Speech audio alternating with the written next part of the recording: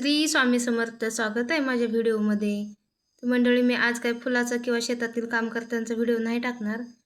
मी आज मस्त रेसिपीचा व्हिडिओ टाकणार आहे.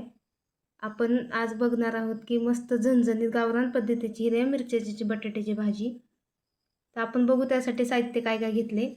मंडळी, 3 बटाटे घेतलेत, मिरची घेतली. मी मिरची थोडी जास्त घेतली, आम्हाला तिखट लागतं. तुमच्या आवडीनुसार तुम्ही मिरची घेऊ शकता.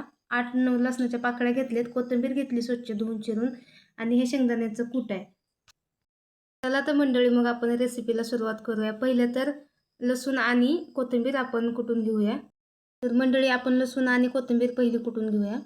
थोडंसं मीठ टाकते जेणेकरून बारीक होईल लगेच. आपण लसूण आणि कोथिंबीर कुटून घेतलेली आहे. तर मंडळी, आता आपण मिरची कुटून घेऊया बारीक. मिरची कुटताना पण थोडंसं मीठ टाकायचं. आपली आता मिरची पण कुटून झालेली आहे. तर आपण चला आता बटाटा कट करू. मंडळी, माझा इथं बटाटा पण कट करून झालाय. चला आपण आता रेसिपीला सुरुवात करू. चला तर तिथं पातेलं ठेवलेलं आहे. आता याच्यात तेल घालतोया 2 पळ्या.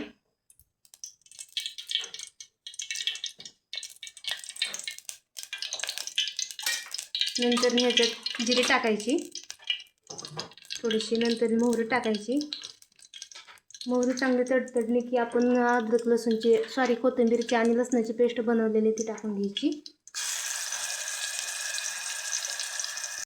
कोथिंबीर आणि लसणाची पेस्ट भाजलेली. आता आपण याच्यात हिरवी मिरची टाकूया. हिरवी मिरचीला पण छान असं भाजून घ्यायचं.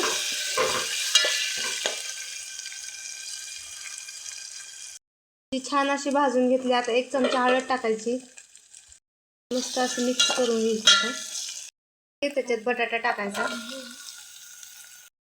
तर आता बटाटा आपण टाकलेला आहे, मिक्स करून घेऊया. मस्त हळदीत बटाटा भाजून घ्यायचा तेलात, चटणीत मिठात मस्तपैकी. हे बघा किती छान कलर आलाय बटाट्याला. आपल्याला जे शेंगदाण्याचं कूट टाकायचं आहे. आणखीन गरम पाणी केलेलं आहे. गरम पाणी पण कधी पण भाजी बनवताना गरम पाणी शक्यतो टाकायचं, कारण का त्यामुळे भाजीला चव येते. 2 मिनटं आपण तेलात बटाटा छानसा असा परतून घेऊया. नंतर त्याच्यात पाणी आणि कूट ॲड करूया. आपण आता गरम पाण्याचं ॲड करूया. लास्टला कूट टाकू, आणि कूट टाकल्याच्या नंतर एक 10 ते 15 मिनटं मस्त अशी भाजी शिजू द्यायची.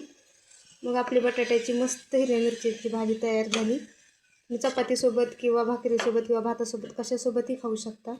मस्त अशी झणझणीत बटाट्याची हिरवी मिरचीची भाजी. पण आता या भाजीत मीठ नाही टाकणार, कारण का आपण मग अशी मिरची कुटताना आणि लसूण ह्याच्यात पण टाकलेला, त्याच्यामुळं आपण आता मीठ नाही टाकणार भाजीत. 10 मिनिट फक्त शिजू देणार, नंतर बंद करायची. तर मंडळी, आपली आता भाजी पण इथं शिजलेली आहे. तर कसा वाटला व्हिडिओ प्लीज कमेंट करून सांगा. श्री स्वामी समर्थ.